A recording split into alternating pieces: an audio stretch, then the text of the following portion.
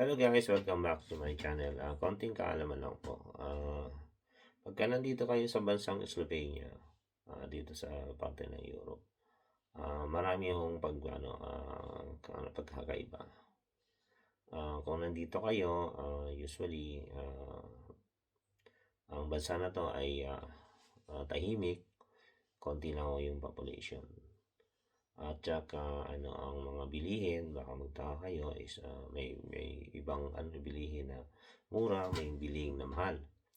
Pagkatapos pagdating ng Sabado at Linggo, usually may pasok ang Sabado.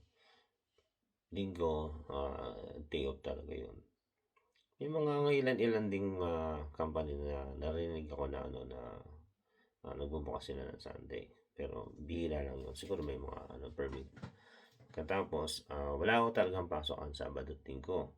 So kung gusto niyo mag-overtime ng Sabado, pwede kayong pumasok. Ang pasok lang ko ay Monday to Friday. Ngayon, pag holiday,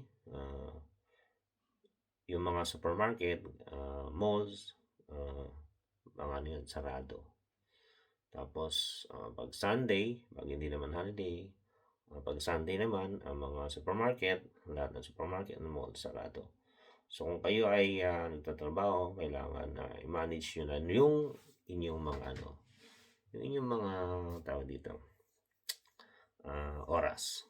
Bibili kayo ng pagkain, mga groceries, at pang kailangan nyo bilhin. So, magdating ng Monday to Friday, pwede nang bilhin yon.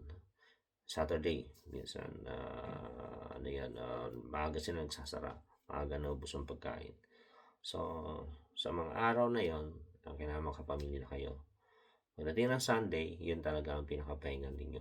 Bahala na kayo kung saan kayo pumunta, mamasyal kayo, pumunta kayo kung saan-saan.